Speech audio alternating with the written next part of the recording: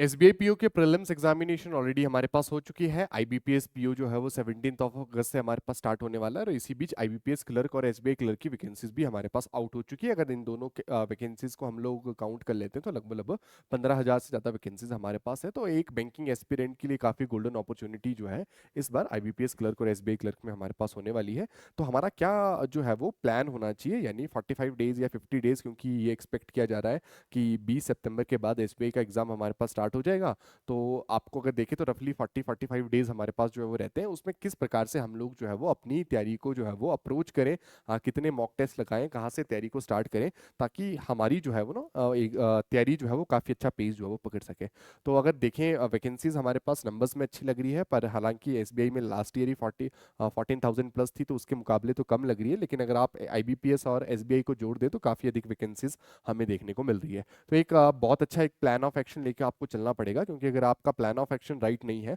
तो आपको एग्जाम को क्रैक करने में काफी ज्यादा प्रॉब्लम जो है वो आ सकती है। तो इस वीडियो में हम लोग ये देखेंगे कि किस प्रकार से हमें अप्रोच करना चाहिए, कौन कौन से एरियाज पे हमें लोगों को टारगेट करना चाहिए, और कैसे जो है हम अपने मॉक्स में भी नंबर्स को मैक्सिमाइज कर सकते हैं, और कौन कौन से टॉपिक पे हमें जो है वो ध्यान देना चाहिए। ठीक है, चलिए। तो अगर हम देखें कि जैसे कि आप सभी को पता है वैकेंसीज ऑलरेडी आउट हो चुकी है, और अब जो है वो, क्योंकि आप लोग मॉक्स ऑलरेडी दे रहे होंगे, क्योंकि अगर आपने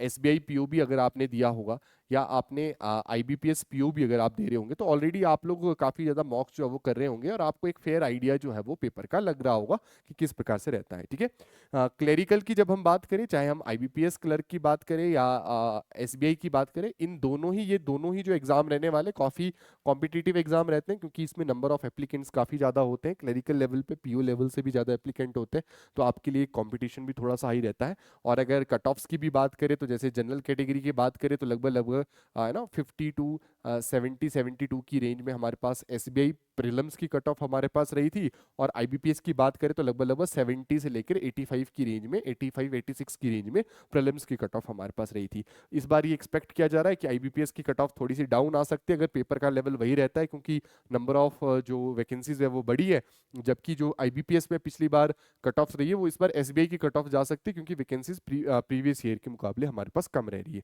तो हमारा प्लान ऑफ एक्शन क्या होना चाहिए? ठीक है, देखो,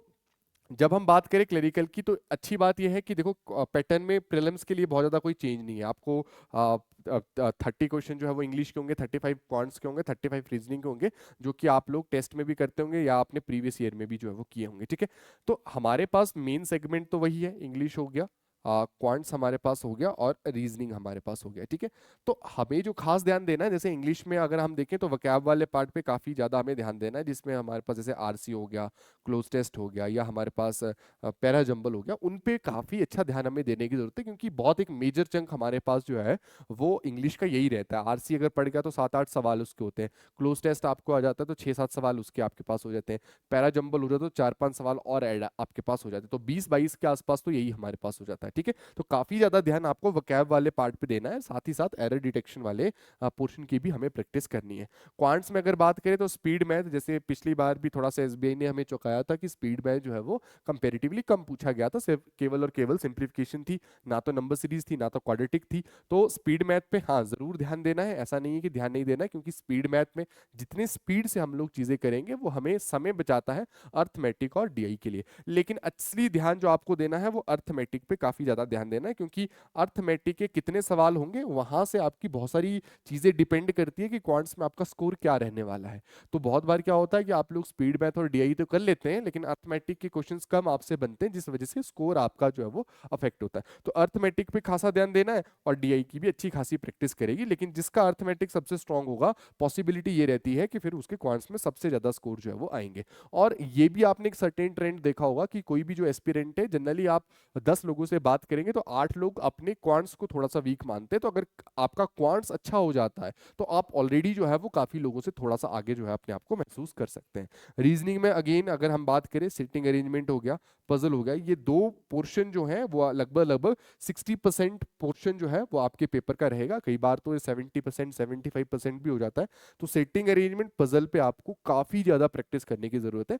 आप जितने भी प्रीवियस ईयर क्वेश्चंस है या previous year memory based paper है, उनकी भी जो सेटिंग अरेंजमेंट पजल है, उनको भी आपको अच्छे से करना चाहिए, ताकि आपको एक फेयर आइडिया लग सके कि भाई मैं आईबीपीएस क्लर्क के पेपर में बैठने जा रहा हूँ या एसबीआई क्लर्क के पेपर में बैठने जा रहा हूँ, मेरा प्लान ऑफ एक्शन क्या होना चाहिए, किस प्रकार के सवाल मुझे जो है वो परेशान करते हैं, किन सवालों को मुझे अगर स्किप करना पड़े तो करना है। तो ये आपको आइडिया तभी लगेगा जब आप लोग काफ़ी इनफ मॉक्स जो है वो प्रैक्टिस करेंगे या previous year memory based paper को जो है वो करेंगे, ठीक है। तो मेरा सजेशंस आपके लिए ये रहेगा कि आपके जो नेक्स्ट 15 डेज रहने वाले हैं, 15 डेज में अगर आपके कोई वीक टॉपिक्स हैं, अर्थमेटिक के कोई टॉपिक है, जैसे मान लो प्रॉफिट लॉस हो गया, SICI हो गया, जो कि आपके थोड़े से वीक है, आप उन पोर्शन पे जो है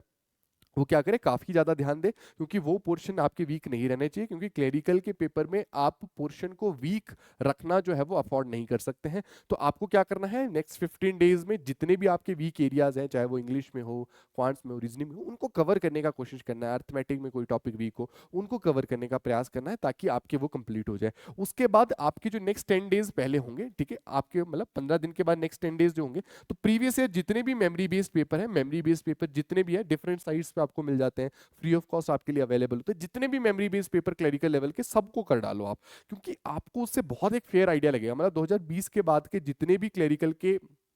मेमोरी बेस्ड पेपर आपको जो है वो मिलते हैं, आप उनको सबको कर डालिए, क्योंकि जब आप उनको सबको कर डालेंगे तो आपको इतना रेंज ऑफ क्वेश्चन के बारे में पता लग जाएगा कि क्लरिकल मुझसे पूछ क्या सकता है, उसने प्रीवियस ईयर में पूछा क्या हुआ है, ताकि आपका एक हॉरिजन जो है वो जो है वो खुल जाता है, और आपको एक एक्चुअल पेपर का आइडिया भी लग जाता है कि अगर मैं आज इस पेपर को दे रहा हूँ, और अगर मैं इस लेवल के साथ, इस लेवल ऑफ प्रिपरेशन के साथ पेपर दे रहा हूँ, तो मेरा कितना कर स्कोर बन सकता है, या मुझे जो उस ईयर में कट ऑफ थी उसके मुताबिक मेरा कितना स्कोर बन रहा है, क्या मैं उस स्कोर तक पहुंच पा रहा हूं या नहीं पहुंच पा रहा हूं, किन एरियाज में मेरी गलती हो रही है। तो आपको एक जानने का बहुत अच्छा एक अंडरस्टैंडिंग का मौका मिलेगा, जो आपके फर्दर प्लान ऑफ एक्शन को भी अच्छा करेगा, और आपको एक आइडिया ये भी लगेगा कि कौन से एरियाज मेरे जो है वो वीक है। उसके बाद आपको जो है वो बिल्कुल, जो भी आपके पास 20-25 दिन बचेंगे, बिल्कुल ताबड़तोड़ आपको मॉक्स देने हैं। देखो, मॉक्स देना ही इंपॉर्टेंट नहीं है, लेकिन मॉक्स को एनालाइज करना उससे भी ज्यादा इंपॉर्टेंट है। मेरे जो है वो 100 में से 60 नंबर आ रहे हैं, 50 नंबर आ रहे हैं, वो इतना इंपॉर्टेंट नहीं है, क्योंकि मॉक्स आपका रियल एग्जाम नहीं है। लेकिन मेरी गलती कहाँ हो रही है, मुझे उस चीज को एनालाइज करना बहुत जरूरी है। मैं जितना उसको एनालाइज करूंगा,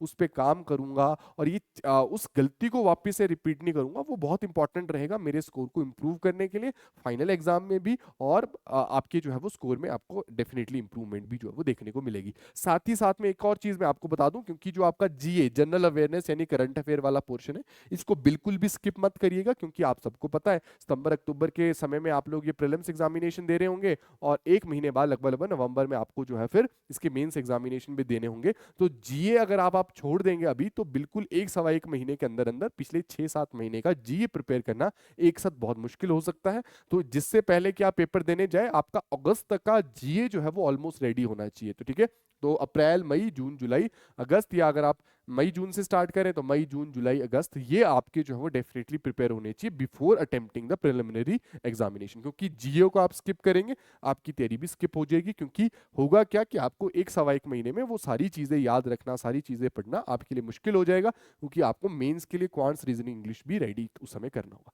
तो अगर आप थोड़ा सा इन बातों का ध्यान रखेंगे, तो आपके लिए प्लान ऑफ एक्शन जो है वो थोड़ा सा आसान हो जाएगा, और साथ ही साथ जो है वो आपकी तैयारी में आपको एक बूस्ट अप जो है वो मिल जाएगा, ठीक है। साथ ही साथ जो अगर आप ज्ञानम के